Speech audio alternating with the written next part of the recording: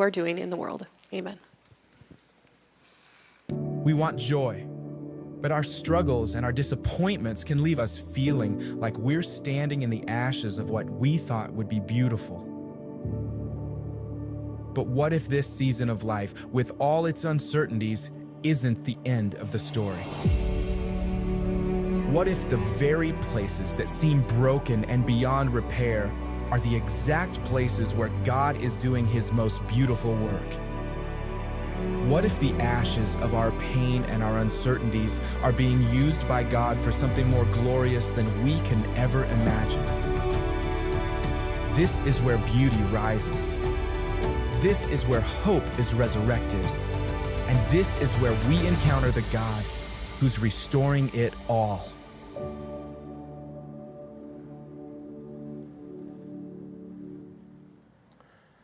Well, I notice it's 9:45 already, which is great news since I haven't even started preaching yet. One of my favorite pastor jokes is that there's a fine line between a long sermon and a hostage situation. And I just want you to be very aware that I'm starting at 9:45, so no blaming me today. That's all I ask for. You may recall a couple weeks ago at Easter, we had been working up towards Easter with inviting people to church, and you all responded beautifully. We had one of probably our highest attendance on Easter Sunday since I've been here for 70 years. So it was just incredible to see so many people coming here. And I want to remind you that even though Easter is over, that you can still invite people to church. I wasn't sure if you knew this or not. But I want to say this as well. This is very, very important. As a pastor, I have a lot of weird conversations with people. I learn a lot of things about people. People tell me things, people avoid me, lots of strange things. But one thing that's always surprised me is when people ask me what I do, and I tell them I'm a pastor, and then they get that look over their face. Have I said a cuss word? No, I think I'm okay. All right, good. They then say often, is anyone just allowed to visit your church? I want you to know that people don't necessarily know that church services are public and that you can just walk in. The most important way that people have in order to come is an invitation from someone that they know. And so if you want to be a part of seeing the gospel take root in our community and our world, you've got to be an inviter. You've got to invite people. My family, I've told you many times, I've had this conviction about evangelism, and so I've been really, really intentional about it. And I've got all these stories of people talking to me, and I keep thinking, oh, I'm so busy, but I'm praying for this, and God is answering my prayers, yay. And so I invite people, I talk to people, but I was been really excited lately that my whole family has opportunities to invite people. And when you invite people, people respond. And so I just don't want you to forget to be a community of invitation, because it's such an important tool that we have as a Christian people. Today, we're going to continue our series, Beauty for Ashes. And today, I want to talk about healing. I want to talk about how God heals and how God makes something beautiful out of healing. And in order to do so, I want to tell the story of Jesus healing a blind man. Now, Jesus heals a lot of blind people, but it's often interesting to me when Jesus heals a blind person, there's usually two things happening because of how ancient literature is put together. Typically, there is an actual physical healing. Someone is blind, they cannot see, now they can see.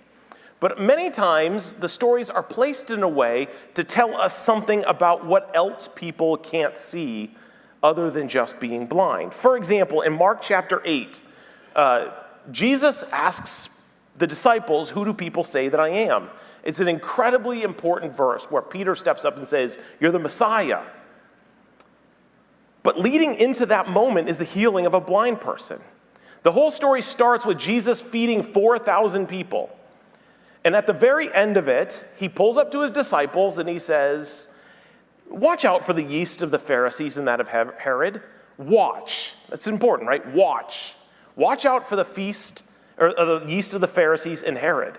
And the disciples are all confused, and they gather together and say, he must be talking about the fact that we didn't have any bread.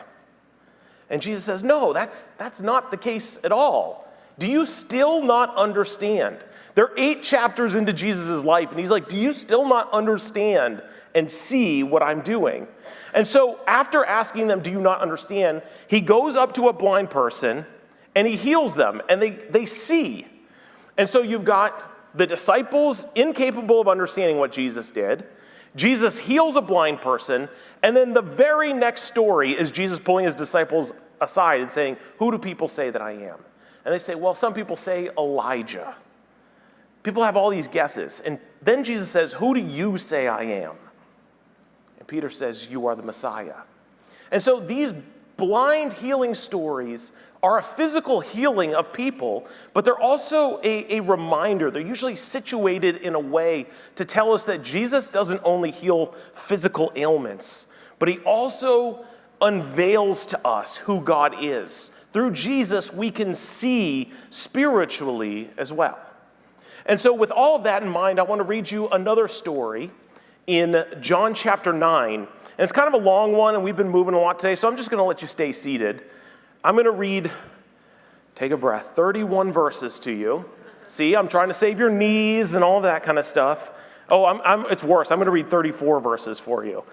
John chapter 9, verses 1 to 34. If you have your scriptures or if you want to follow along here, we invite you to do so. But there's a lot of drama in this story, so come along for the ride with me. As he went along, he saw a blind man from birth. His disciples asked him, Rabbi, who sinned, this man or his parents, that he was born blind? Neither this man nor his parents sinned, said Jesus. But this happened so that the works of God might be displayed in him. As long as it is day, we must do the works of him who sent me. Night is coming when no one can work. While I am in the world, I am the light of the world. After saying this, he spit on the ground. Sometimes I wish Jesus had different methodology. Spit on the ground, made some mud with his saliva, and put it on the man's eyes. Go, he told him. Wash in the pool of Siloam. This word means sent. So the man went and washed and came home seeing. His neighbors and those who had formerly seen him begging asked, is this the same man who used to sit and beg? Others claimed that he was.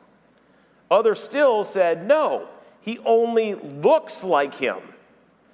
But he himself insisted, I am that man. How then were your eyes opened, they asked. He replied, the man they called Jesus made some mud and put it on my eyes. He told me to go to Siloam and wash, so I went and washed, and then I could see. Where is this man, they asked him. I don't know, he said. They brought to the Pharisees the man who had been blind. Now the day on which Jesus had made the mud and opened the man's eyes was the Sabbath. Therefore the Pharisees also asked him how he received his sight. He put mud on my eyes, the man replied, and I washed, and now I see.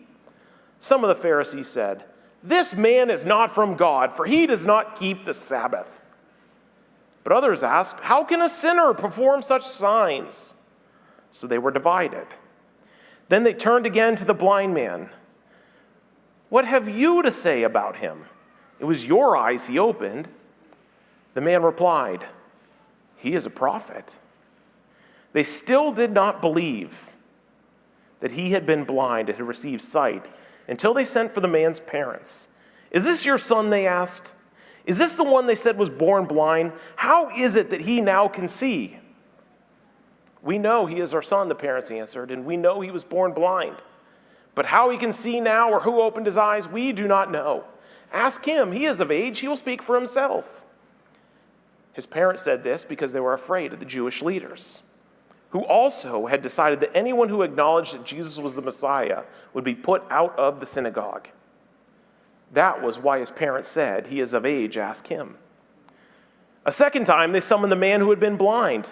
Give glory to God by telling the truth, they said. We know this man is a sinner. He replied, whether he is a sinner or not, I don't know. One thing I do know, I was blind, but now I see. Then they asked him, what did he do to you? How did he open your eyes? He answered, I have told you already, and you did not listen. Why do you want to hear it again? Do you want to become one of his disciples too? Then they hurled insults at him and said, you are this fellow's disciple. We are disciples of Moses. We know that God spoke to Moses, but for this fellow, we don't even know where he comes from. The man answered, now this is remarkable. You don't know where he's come from, but yet he opened my eyes. We know that God does not listen to sinners. He listens to the godly person who does his will. Nobody has ever heard of the opening of the eyes of a man born blind. If this man were not from God, he could do nothing. To this they replied, you were steeped in sin at birth. How dare you lecture us? And they threw him out. This is the word of the Lord. Thanks be to God. What an incredible story this is. Ups and downs, investigation, and fight. It's important here to see that there's a narrative playing out that's not just the story of a man being healed. The questions at play are, who is Jesus? What is God doing when a man like this can now see? We're given this story after Jesus has been teaching in the temple.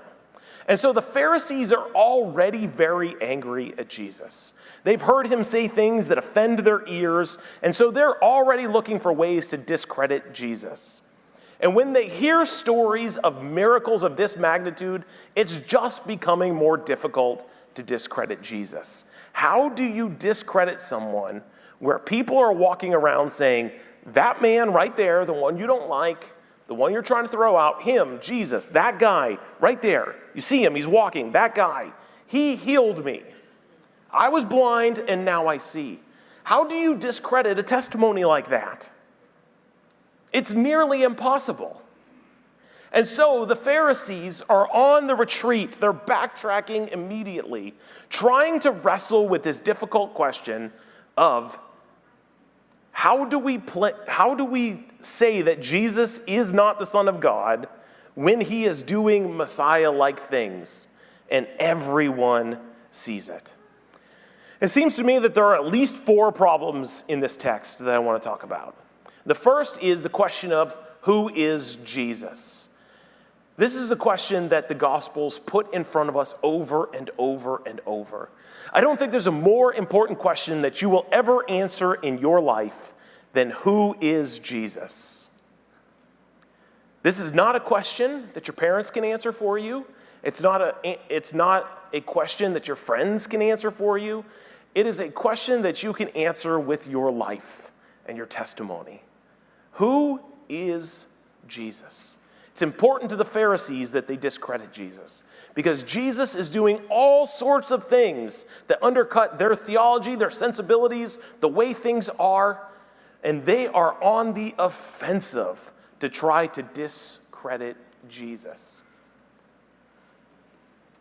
The second question is, or the second issue at play here is jealousy.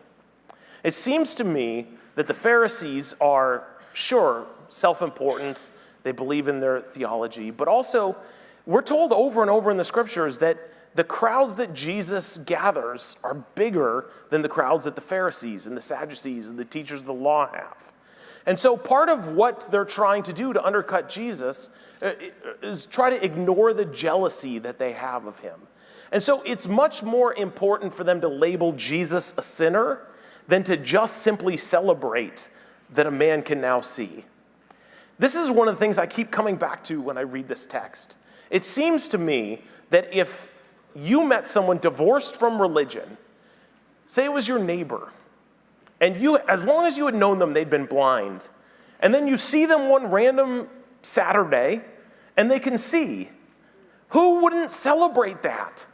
You would be so excited. You'd throw a party for them. You'd high-five them. You'd ask them all about what they'd imagine things look like versus what they actually look like. You would be so excited here. And so why is it that the Pharisees are not excited? Why are they angry? Why are they upset? And it seems to me a big part of it is just simply their jealousy. Another problem in this text is the status quo. People do not like it when things change. People do not like it when their basic assumptions of how the world works is undercut. Many times we would rather suffer in a world that we can explain clearly and understand than to experience a miracle that shatters our basic understandings of how things are. The status quo is comfortable even when the status quo is suffering. See, all the people gathered here today thought they understood the way that the world works. You meet someone who's born blind, there's an easy answer for that. Their parents must be sinners. All right, next question. But when someone is easy to describe and easy to understand, and you can place the blame on someone else, when healing and miracle comes, it upsets your understanding of the way things work. And when your understanding of the way things work is upset, we typically go into crisis mode. What can we believe? What do we know? What can we put our trust in? And so the people who are seeing this are confused because they think they know how the way the world works. The way the world works is if you sin, if your parents sin, you get punished. And sure enough, this guy has been punished since the day he's born. That's how things work. But grace, healing, miracle is radical. It's outside of the way we believe the world works in our transactional ways. We believe you get what you deserve. But when someone gets more than they deserve, when Jesus shows up and changes everything, it unsettles and upsets the way we think the world works. Who has done anything in this story to deserve healing? No one and nothing. And yet, Jesus heals. The final problem with this story is theology. Everyone has a sense of theology. There are all sorts of questions raised in this text, like, was he punished for his sin or his parents' sin? Can Jesus possibly be of God if he does his work on the Sabbath?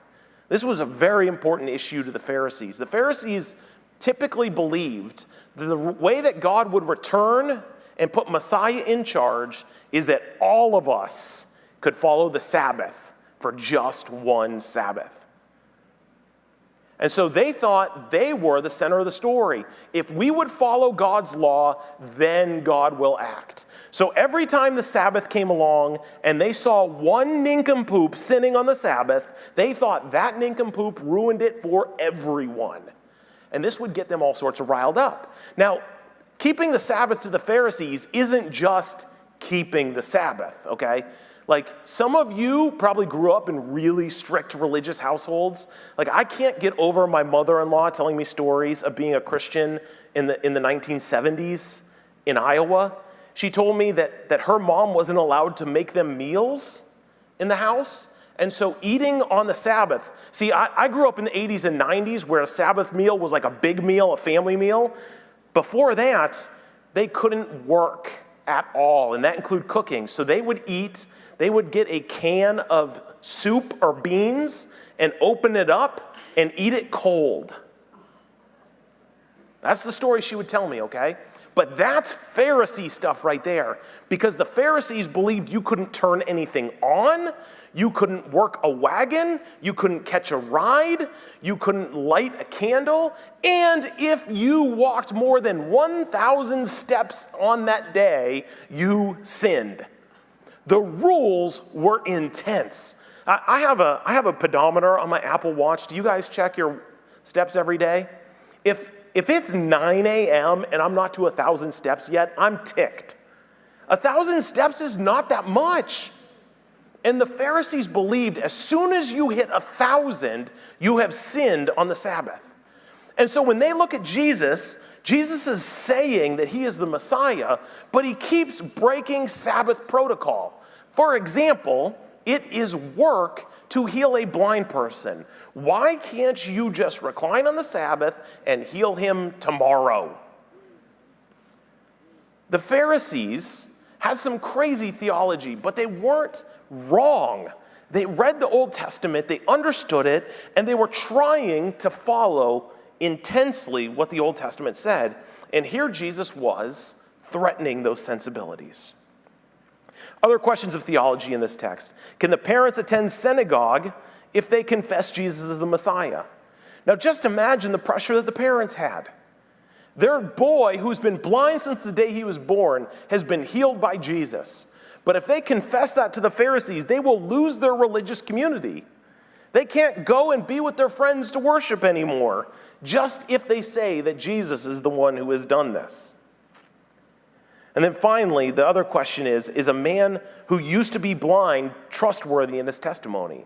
Because he's been labeled as a sinner, so why would he tell the truth now? All of these questions are at play.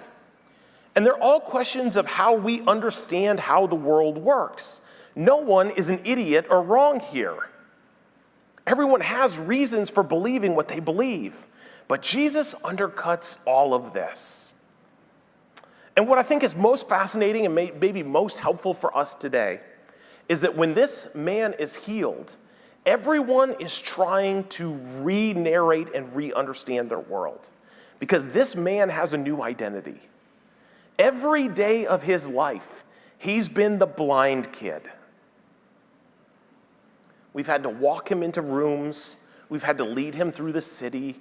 We've had to speak to him rather than letting him read. He has been the blind kid since the day he was born. And when you are the blind kid, it's hard to inherit any other identity. A disability that difficult eventually is the identity that others put on you. And it's hard to become a three-dimensional character when what everyone sees in you is that you're the blind person. But now that he's been healed, he's no longer the blind kid. He's no longer the blind man. His entire identity is changed by this healing. Jesus comes and sees him in his trouble and makes him entirely new. And what is great in this story is the man knows that Jesus did it. And so the healed man, the man who at the beginning of this story could not see anything, is the one who can see that Jesus is the one who did this to him. Everyone else is trying to re-narrate what happened. But the man who was blind is truly in this story the only one who is able to see. And so the question I want to leave you with today is, what is the narrative of your story? Many of us come here today with a history of illness, disease, hurt, struggle. Many of us in this room have been praying for years for healing. Many of us in this room have been praying for years for healing of someone we love. Many of us for years have been praying that God would remove an incredible burden from our lives. And many times we wonder the theology of who is God because he won't hear my prayer or answer my prayer.